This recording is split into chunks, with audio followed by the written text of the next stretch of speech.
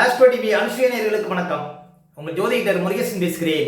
இன்றைய வீடியோவில் சிம்ம ராசிக்காரர்களுக்கு இந்த ஜூலை மாதத்தில் என்னென்ன பலன்கள் நடக்க இருக்கிறது என்பதை பற்றி தான் இன்றைய வீடியோவில் நாம் பார்க்க இருக்கிறோம்.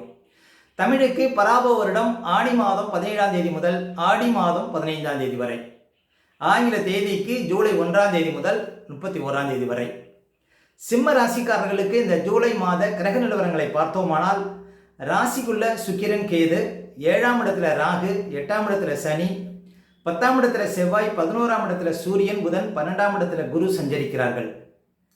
அதே போல இந்த மாத கிரக பயிற்சிகளை பார்த்தோம்னா, ஜூலை 4ஆம் தேதி சுக்கிரன் பாருங்க ராசிக்குள்ள அமர இருக்கிறார். ஜூலை 7ஆம் தேதி புதன் பாருங்க லாபஸ்தானத்தில் அமர இருக்கிறார். ஜூலை 16ஆம் தேதி சூரியன் விரயஸ்தானத்தில் அமர இருக்கிறார். ஜூலை 26ஆம் தேதி சனி பகவான் வக்ரநிலை பெறுகிறார். இதுதான் பாருங்க இந்த மாத கிரக பயிற்சிகள். இப்போ சிம்ம ராசிக்காரர்களுக்கு இந்த மாதம் எப்படி இருக்கும் பாருங்க. சிம்ம ராசிக்காரர்களுக்கெல்லாம் உங்க ராசிக்கு அதிபதினு சொல்லக்கூடியவர் சூரிய பகவான். அவர் லாபஸ்தானத்தில் இருக்கிறார், லாபாதிபதியோடு சேர்ந்து இருக்கிறார். அப்போ எதிர்பார்த்த விஷயங்கள் நடக்கும், எங்கே போனாலும் உங்களுக்கு லாபம் அதிகரிக்கும், சில பிரச்சனைகளுக்கு தீர்வு கிடைக்கும், நல்ல பண வரவுகளை கொடுக்கும், வியாபாரத்தில் சொந்த தொழிலில் நல்ல வளர்ச்சி இருக்கும் இந்த மாதம். ஏன் அப்படின்னா உங்கள் ராசிக்கு அதிபதி இந்த மாதம் லாபாதிபதியோட சேர்ந்து சஞ்சாரம் செய்கிறார்.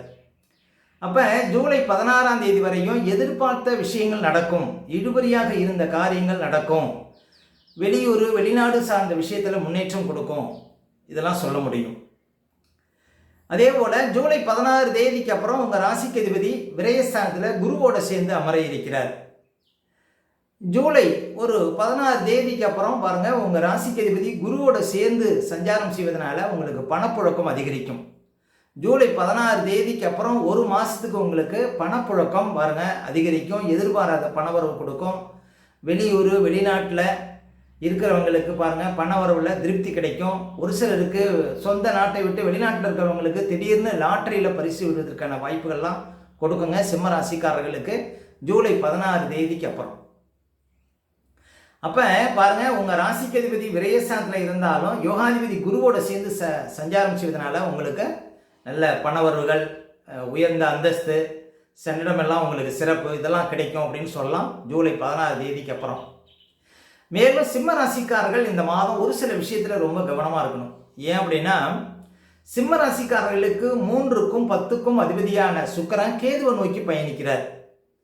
ஜூலை 10 to 13 இந்த நாட்களில், இந்த 4 நாட்களிலும் பாருங்க 3க்கும் 10க்கும் அதிபதியான சுக்கிரன் கேதுவோட நெருக்கமாக இருப்பார். அப்போ 3ஆம் இட ஆதிபத்தியங்கள் 10ஆம் இட ஆதிபத்தியங்கள் விஷயத்தில் கொஞ்சம் கவனமாக இருக்கணும் சிம்ம ராசிக்காரர்கள்.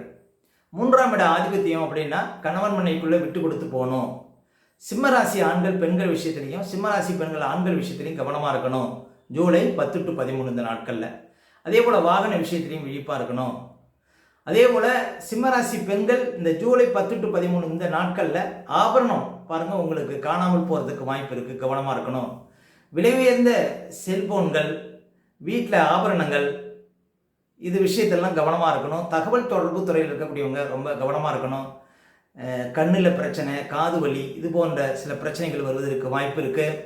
ஒரு செய்தியை இன்னொரு இடத்துக்கு சொல்கிறதுனால அதனால் உங்களுக்கு ஒரு சில சங்கடங்கள் வர்றதுக்கு வாய்ப்பு இருக்குது.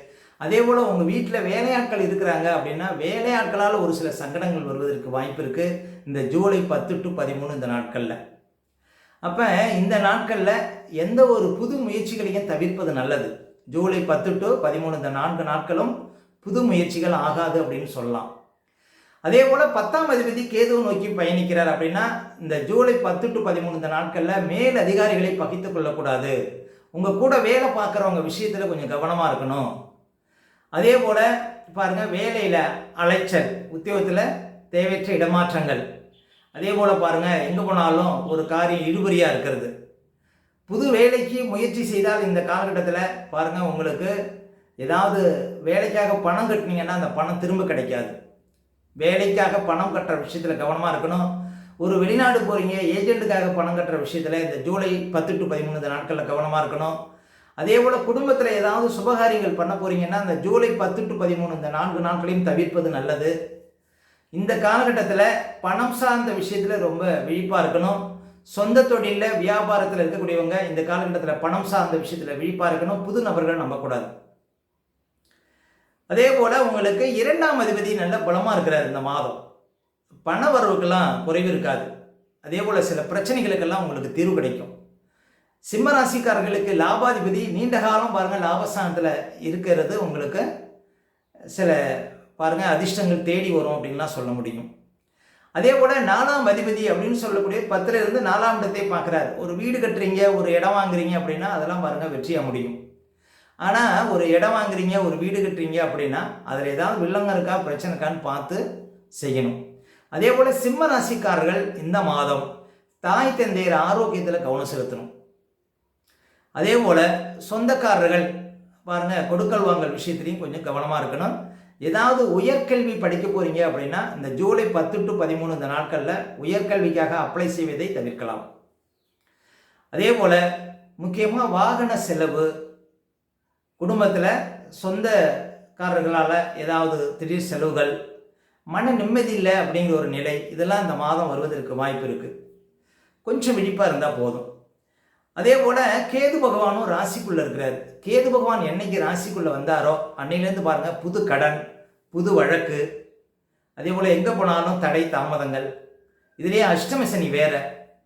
அப்போ சிம்ம ராசிக்காரர்கள் கௌரவ பிரச்சனை, அவமானம், அடுத்தவங்களுக்கு கை கட்டிட்டு பதில் சொல்லக்கூடிய சூழ்நிலை, அடுத்தவங்களை நம்பி வாழக்கூடிய சூழ்நிலை, இதெல்லாம் கிட்டத்தட்ட ஒரு வருஷமாக இருந்து கொண்டிருக்கிறது. வருகின்ற நவம்பர் மாதம் வரையும் கேது ராசிக்குள்ளே இருப்பார். அப்போ வருகின்ற நவம்பர் மாதம் வரையும் வழக்குகள் சார்ந்த விஷயத்தில் கவனமாக இருக்கணும். புது கடன் வாங்குகிற விஷயத்தில் கவனமாக இருக்கணும். யாரையும் எளிதில் நம்பக்கூடாது. முக்கியமாக ஆஞ்சநேயர் வழிபாடு, விநாயகர் வழிபாடு, உக்கர தெய்வங்களுடைய வழிபாடு உங்களுக்கு நன்மை தரும் அப்படின்னு சொல்லலாம் கேது ராசிக்குள்ளே சஞ்சாரம் செய்வது. அதே போல் 7ஆம் இடத்துல ராகு இருக்கிறார். நிறைய பேருக்கு பாருங்கள் இந்த வெளிநாடு செல்வதற்கு தடையை கொடுக்கும் 7ஆம் இடத்துல ராகு இருப்பது. அதே போல் திருமண தடையையும் கொடுத்துட்டே இருக்கும். அதே போல் தொழில் பார்ட்னருக்குள்ள பிரச்சனையை கொடுத்துட்டே இருக்கும். இந்த 7ஆம் இடத்துல ராகு முக்கியமாக வெளிநாடு தடை, திருமண தடை, தொழில் பார்ட்னருக்குள்ள பாருங்க பிரச்சனை, இதெல்லாம் கொடுக்கறதுக்கு வாய்ப்பு இருக்குது. சனி பகவான் 8ஆம் இடத்திலே சஞ்சாரம் செய்து கொண்டிருக்கிறார். சனி பகவான் 2ஆம் இடத்தை பார்த்துட்டே இருக்கிறார்.